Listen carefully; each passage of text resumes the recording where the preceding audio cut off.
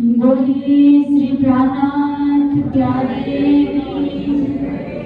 श्री सद्गुरु महाराज की जय। सुंदर सजी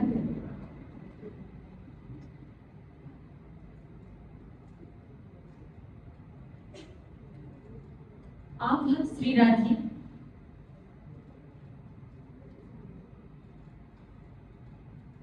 और यहाँ पर विराजे हुए पूज्य आचार्य जी और आप सभी सुंदर साथी को मेरा प्रेम प्रणाम जी। प्रणाम जी सुंदर साथी। कीर्तन वाणी है प्रकरण 21 चौपाई है पहली। चलियो जुग जाए रे सुध बिना, सुध बिना, सुध बिना, चलियो जुग जाए रे सुध बिना।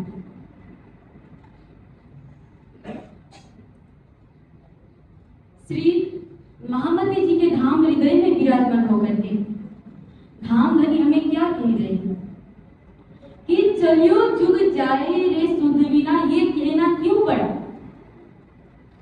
ये जो उन्होंने प्रकरण श्री मीरा जी के तन से जो प्रकरण अवतरित हुए कहे कौन रहा है? स्वयं धाम धनी उनके धाम हृदय में बैठ करके कहलवा रहे हैं। तन माध्यम में उनका और कहे कौन रहा है? स्वयं धाम धनी। तो कह रहे हैं चौपाई में चलियो जुग जाई रे सुध बिना। तो ऐसा क्यों कहना पड़ा? किसकी सुध की बात है यहाँ पर? जैसे हमने अभी थोड़ी देर पहले हमने आचार्य सूर्य प्रताप जी के मुखारबिंद से हमने श्रवण किया कि आध्यात्म के 3 प्रश्न जो मूल प्रश्न है कौन से थे? किसी को याद है कि मैं कौन, कहां से आया, कहां है मेरो भरता? ये मैं कौन हूं, कहां से आया हूं तथा मृत्यु के पश्चात जाना कहां है? कोई बिरला ही व्यक्ति होते हैं जो इस विषय में सोच पाते हैं, क्योंकि सामान्य लोगों को क्या लगता है, जो वाम मार्ग के चावार्क मार्ग के जो लोग हैं ना, चावार्क मत जो है, उस मत के लोग क्या समझते हैं कि जो मिला है इसी तन में मिला है, अब आगे पीछे कुछ नहीं। क्या कहते हैं कि हम जैसे भी रहे ऋण लेकर के भी घी पिए, कि यावत जीवेत सुखम जीवेत ऋणम कृत्वा घृतम पीवे, कि हम क्या करें कि ऋण लेकर के भी घी पिए और हम सुख पूर्वक हम जिए, जब तक जिए यानी सुख से जिए। ये है जो वाममार्गी पंथ, जिनको आध्यात्म से कोई, इस आध्यात्म से कोई लेना देना ही नहीं है, धर्म से ही लेना देना नहीं है। आध्यात्म तो दूर की बात है। यहाँ किसकी सुध की बात की गई है? मैंने अभी थोड़ी देर पहले कहा ना कि किसी बिरला को ही याद होता है, किसी बिरला के मन में ऐसा प्रश्न उठता है कि मैं कौन, कहां से आई और कहां है मेरो भरता। जिस प्रकार से कहीं ना कहीं ये प्रश्न आज हम देखते हैं, जितने भी महापुरुष हुए है ना, उनके मन में उठा। हम गौतम बुद्ध को देखते हैं, उनके मन में क्या हुआ कि वो सोचने लगे कि मैं इस दुनिया के सारे लोगों का दुख समाप्त कैसे करूं। जब मृत्यु उन्होंने जब देखा कि एक कोड़ी है वो मर रहा है, मतलब कि जिस हिसाब से सिद्धार्थ, जिनको आज हम भगवान गौतम बुद्ध कहते हैं, तो वो सिद्धार्थ जब अपने राजमहल में थे, जब वो राजकुमार थे, तो उनको इस प्रकार से रखा गया था कि उन्हें दुख और शोक से रहित रखा गया था। उन्हें उनके राज्य में ऐसा कहा जाता है कि ना तो वृद्ध दिखते थे, ना ही कोई बीमार दिखते थे। क्यों? क्योंकि उनको इस प्रकार से रखा गया था कि सिद्धार्थ के बारे में ऐसा पहले भविष्यवाणी कर दिया गया था कि ये बड़ा होकर के महान संत बनेगा या ये इस प्रकार का व्यक्ति बनेगा कि ये राजपाट को नहीं लेगा, इसका मार्ग ही अलग होगा। तो उनके मन में क्या उन्हें जब दिखाई देता है कि कोई मृत्यु, किसी की मृत्यु हो रही है, कोई मृत्यु हो रहा है, तो क्या मेरा शरीर भी मृत्यु हो जाएगा? आज जो मैं नौजवान हूँ, जो मैं किशोर अवस्था का हूँ, क्या मेरा शरीर भी मृत्यु हो जाएगा? क्या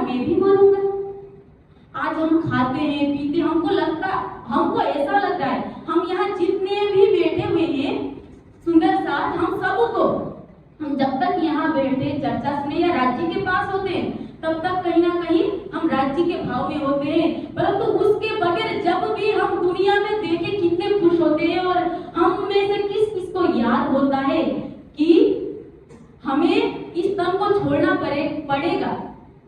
मैं इस दुनिया में आने से पहले ये जो चेतन तत्व है, आज अभी जो मैं बोल रही हूँ, मेरे जो शब्द निकल रहे हैं, किस कारण निकल रहे हैं?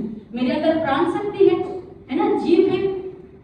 जो चेतन तत्व है वो निकल जाएगा तो मैं बोल पाऊंगी? नहीं पाऊंगी ना। वैसे ही अब जब मैं बोल ही नहीं पाऊंगी तो ये चेतन तत्व तो है ना, अब निकल जाएगा तो वो कहाँ जाएगा? किसी को पता है? आज दिन तक जब तक ब्रह्मवाणी अवतरित नहीं हुई थी तब तक किसी को पता था कि हम जो जन्म ले रहे हैं किसी भी जन्म में, तो उससे पूर्व हमारा जो जीव है वो कहाँ था? अब जब हम मरेंगे उसके बाद कहाँ जाएगा? एक राजा की दृष्टांत है कि एक राजा अपने पत्नी के प्रेम में इतना प्रेम करते थे कि रानी का एक दिन मृत्यु हो जाता है। राजा को लगता है कि मैं अब रह नहीं पाऊंगा। जिस प्रकार मछली जल के बिना नहीं रह सकती है ना, उसी प्रकार राजा को इतना लगाव था कि वो सोचता है कि मैं रह ही नहीं पाऊंगा, मुझे मर जाना चाहिए। तब वो जाकर के एक बार सोचता है कि मैं एक बार किसी ऋषि से या किसी विद्वान से मैं पूछूं कि मुझे क्या करना चाहिए, मुझे ऐसा सता रहा है उसका मोह कि मुझे लग रहा है मुझे मर जाना चाहिए। तब वो जो महात्मा थे, जो भी ऋषि थे, वो बहुत पहुंचे हुए थे, यानी उन्हें अगले जन्म के बारे में या आगे क्या होगा वो सब पता होता था, भविष्यवाणी। योग में ऐसा कहा जाता है, योग दर्शन में योग की अलग अलग विधि है।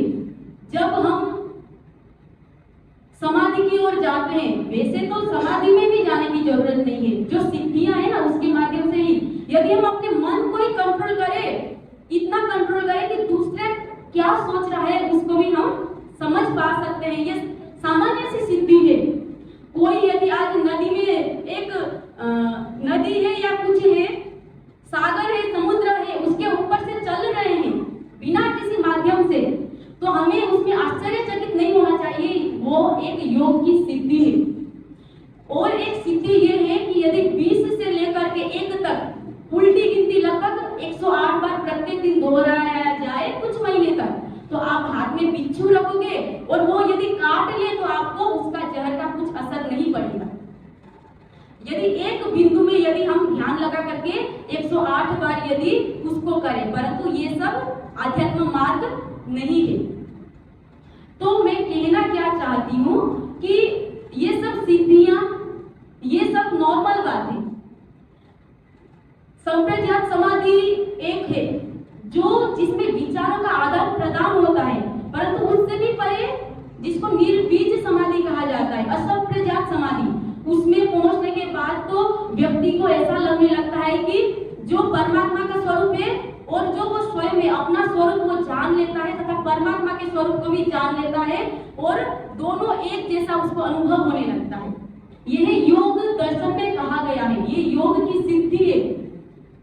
यानी अब जो महात्मा जी है उनको भूत भविष्य की बातें पता चलती है, तो उन्होंने उस राजा को कहा कि हे राजन, जो तुम्हारी रानी का देहांत हो चुका है, तो वो रानी अब किस योनि में जाकर के अपना घर बसा चुकी है, तुम्हें पता नहीं है। तुम्हें उसका मोह त्याग करके अपने राज्य को अच्छी तरीके से चलाना चाहिए।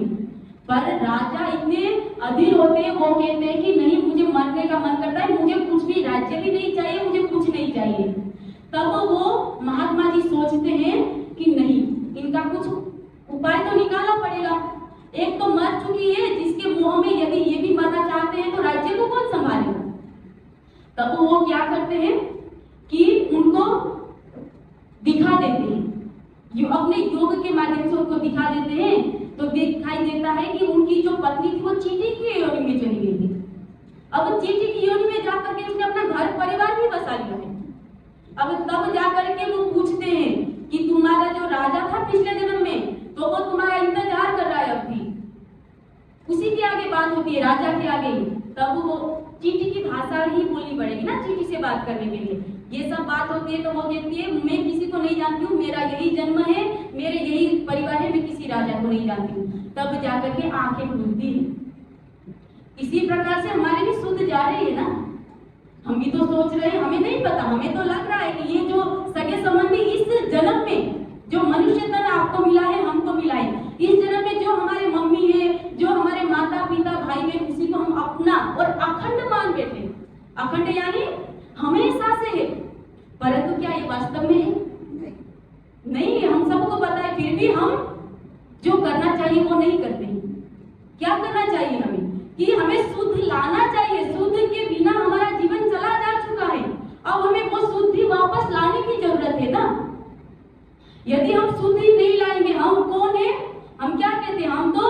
हम तो है ब्रह्मश्रेष्ठ, हम परम धाम की ब्रह्म सृष्टि है। तो क्या हम जितना अपने घर सगे संबंधी से माया करते, प्रेम करते, स्नेह करते, उसका 5% भी हम राज्य को करते हैं, जो कि हमारा अखंड का क्या है? अखंड का प्रियतम है। हमें पता है कि अब किसी को बताया जाए, चलिए, कि वो जाकर के भूल चुकी है किसी व्यक्ति का कि ऐसा हो गया है, वो सेंसलेस हो गए, उनकी याददाश्त चली गई है, तो जो उसका पति है ना, उसको भूल चुकी है, सब कुछ भूल चुकी है, वो अपने हिसाब से चल रही है। परंतु जब याद दिलाया जा रहा है या याद आ गई है, तब तो उसे उसके पति के पास चले जाना चाहिए ना, वही बेहतर है ना। तो हमें तो बार बार राज्य 18,758 वाणी के माध्यम से याद दिला करके राज्य थक गए। राज्य क्या कहते हैं? कई साखे कहे गुरमुख, उमर खोई के सब, अजहू आत्म जागृत न हुए, मैं क्यों करूं कसबी अब, कि अब मैं कितना कहूं, कर करके उन्होंने हमें 18,758 चौपाई दे चुके हैं, फिर भी हम कहीं ना कहीं सुनते हैं और सुनने के बाद यहीं छोड़ के चले जाते हैं, क्योंकि हमें पता सब कुछ है। हमें फिर हम घूम फिर के वहीं आ जाएंगे कि चलो जुग जाए रे शुद्ध बिना। हम सुनते हैं, फिर अपने वो शुद्ध को थोड़ी देर तक हम चर्चा सुनते हैं, थोड़ी देर तक हम राज्य के भाव में रहते हैं, ध्यान करते हैं, तब तक हम राज्य के भाव में होते हैं। फिर हमारी शुद्ध कहाँ चली जाती है? माया की ओर। हमारी जो बुद्धि आई होती है वो फिर से लौट चली जाती है। इसलिए तो फिर बार बार इतना समझाने पर भी, इतना उम्र हो चुके हैं हम, फिर भी हमें राज्य की जो प्राप्ति करनी चाहिए थी, जिस आनंद में आज हमें रहना चाहिए था, उस आनंद में हम रह पा रहे हैं। हमारा वैसे तो संप्रदाय कहेंगे तो संप्रदाय एक छोटा सा हिस्सा है। हमारा जो निजानंद वो दर्शक कहना चाहिए हमें। तो निजानंद का अर्थ क्या है? अपने स्वयं का आनंद ना। निज यानी स्वयं और आनंद यानी जिसने जिस मार्ग पर चल करके व्यक्ति अपने आनंद को प्राप्त करे, वो निजानंद मार्ग है। तो आप सोचिए, आपने कितने वर्षों से निजानंद मार्ग को अपनाया है, परंतु क्या आपके अंदर आनंद आ चुकी है? अब क्या हमने वास्तव में जो आनंद पाना चाहिए था इस मार्ग में चल करके वो आनंद को पा चुके हैं? इसीलिए हमारा क्या कह रहे हैं कि शुद्ध बिना चलो जुग जाए रे शुद्ध बिना। इसीलिए हमारी शुद्धि चली गई है, क्योंकि बार समझाने पर भी कोई एक पति, संसार का प्रेमी हो, पति हो, आप एक बार बुलाएंगे तो एक बार ही हाँ करेंगे, परंतु राज्य क्या कहते हैं? मैं जी करूं 10 बेर, फिर भी हमें राज्य की मेहर, राज्य की प्रेम को हम अभी भी समझ नहीं पा रहे हैं। तो कब समझेंगे? क्या इस तन को आपको अभी जो ब्रह्मवाणी मिल रही है, आपकी आत्म, मेरी आत्म जागृत नहीं हुई?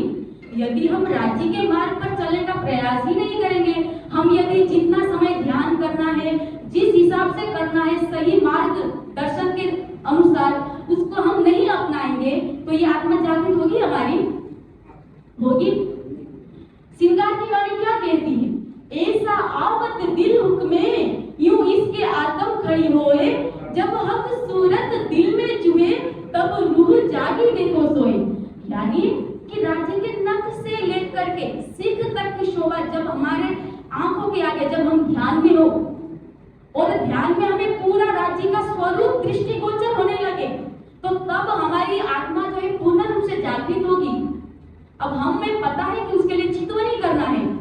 चितवनी के लिए क्या क्या करना है? स्वामी जी के आप साधना के मार्ग करके, साधना के मार्ग 1, 2, 3 करके SPJIN चैनल पे डला हुआ है। लगभग कितने सुंदर से आपके पास सरसव आपकी जो YouTube चैनल है वो होगी, तो हमें सब पता है कि किस प्रकार से करना है। फिर भी यदि हम नहीं कर रहे हैं तो ये आत्म क्या बल पकड़ेगी अपनी? ये जिस हिसाब से वो आत्म यदि जीव यदि कष्टी नहीं करता है, वो अभी भी हमने सुना ना, आहार निद्रा भय मैथुनम च सामान्य एतत् पशु विनराणाम, जैसे पशु कर रहे हैं हम भी उसी चाल पर चल रहे हैं। जो जीव सृष्टि कर रही है, जो जिन लोगों को फर्क नहीं पड़ता है कि उनके अंदर क्या चीज है, उनके अंदर जो चेतन तत्व है उसको मोक्ष दिलानी है, उनको तो मोक्ष की बात की जाती है। हमारी तो आत्मा, आत्मा सो परमात्मा बोला ना आचार्य जी ने कि आत्मा कौन है? परमात्मा का अंश है। तो हमारी आत्मा कहाँ जाएगी? परम धाम जाएगी ना। हम वो दावा लेते हैं तो क्या हम परम धाम को दिल में बिठाने के लिए हम प्रयास करते हैं? अगर नहीं करते हैं तो यह जो जीव को सौभाग्य मिला था वो जीव का सौभाग्य चला जाएगा और आत्मा भी इस तन को छोड़ करके चली जाएगी। यदि हम उस मार्ग को नहीं अपनाएंगे तो ये क्या करेगी? छोड़ करके चली जाएगी। इसलिए राज्य हमें बार बार समझा रहे हैं। उन्होंने बोल भी तो दिया है ना, मैं तो बिगड़िया विश्व थे बिछुड़िया, बाबा मेरे ठीक आओ मत कोई, बेर बेर बरजत हो रे बाबा, ना तो हम क्यों बिगड़ेगा सोई। कि यदि हमें वास्तव में आत्मा कल्याण करना है, वास्तव में राज्य के मार्ग पर चलना है, तो ही हम राज्य के वचनों पर चले। और यदि हमें करना ही नहीं है तो क्या कहते हैं कि तमिल तमारे माया माहे सहजो भोगो सुख माथे ले से तेने कहूँ। जिनको लगता है ये वाणी राज्य ने हमारे लिए दिया है कि एक एक वचन हमें कह रहे हैं कि चलो जुग जाए रे सुध भी ना, हम पाठ पारायण रखते हैं तो ऐसे ऐसे करके पढ़ते हैं ना, हाथ फिराते हैं, परंतु कितने लोग हैं जो घर जाकर के हम इस एक चौपाई को भी हम याद रखते हैं और उसको हम चिंतन करते हैं कि राज्य क्या कह रहे हैं हमें, राज्य ने मुझे क्या कहा, मैंने अपना सुध को लाया, मेरी भी तो सुध जा रही है, मैं भी तो समझे बगैर ही अपने जीवन को गवा रही हूँ। कौन कौन सोचता है? माथे ले से देने कहूँ, यानी जो अपने सिर पर लेता है कि राज्य के वचन हमें कहे गए हैं तो उन्हीं के लिए ये वचन है। बीजा मत करो जो दुख, यदि दूसरों को लगता है कि ये दूसरों के लिए कहा गया है तो उनको दुख करने की कोई आवश्यकता नहीं है। और तमें तुम्हारे माया माहे से जो भोगो जो सुख, यानी जिनको राज्य से कोई प्रेम नहीं है, जिनको राज्य के प्रति कुछ लगाव नहीं है, या जिनको आत्म कल्याण नहीं करनी है, संसार की गति चलनी है, जीव सृष्टि की गति चलनी है, जीवों की गति चलनी है, तो उनके लिए जो सुख मिल रहा है उसी को भोग करें। इसीलिए राज्य जो कह रहे हैं हमें उन वचन पर चलना होगा। जब तक हम अपने कदम नहीं बढ़ाएंगे, हम सोचेंगे कल करेंगे, परसों करेंगे, कल आ जाता है फिर सोचेंगे और कल करेंगे, ऐसे करते करते ये तन तो चला जाएगा, ये शरीर छूट देंगे तो कब करेंगे? फिर ये जीव दूसरी योनि में जाएगा, जैसे वो रानी का जीव कहाँ चला गया, वो चींटी के। अब ये 84 लाख योनियों का चक्कर तो सबको पता ही है ना। अब हम कैसा कर्म कर रहे हैं हमें खुद थोड़ी पता चलेगा, लेखा जोखा करने वाले तो है ना बैठे हुए, तो वो हमें उसी योनि में भेज देंगे तो आपको ब्रह्मवाणी नहीं मिलेगी, कैसे जीव को अखंड मुक्ति के द्वार ले जाएंगे। और आत्मा की तो बात अलग है, उसको जो आत्मा को जागृत नहीं होगी दूसरा तो पकड़ लेगी। इसके लिए क्या करना पड़ेगा कि जो राज्य कह रहे हैं उनके वचनों को, ब्रह्मवाणी के वचनों को हमें उस पर चलना पड़ेगा। हाथी किया बहुतों को पर लेना सक्या हादी चाल, चलना हादी का सोई चले जो होवे इन मिसाल। आज हादी के रूप में, सदगुरु के रूप में हमने सरकार श्री जी को देखा, उनकी चर्चाएं सुनते हैं। आज भी कितने सुंदर साथी सरकार श्री जी से जुड़े हुए हैं, कितने सुंदर साथी है आज स्वामी जी से जुड़े हुए हैं। कोई ना कोई किसी ना किसी गुरु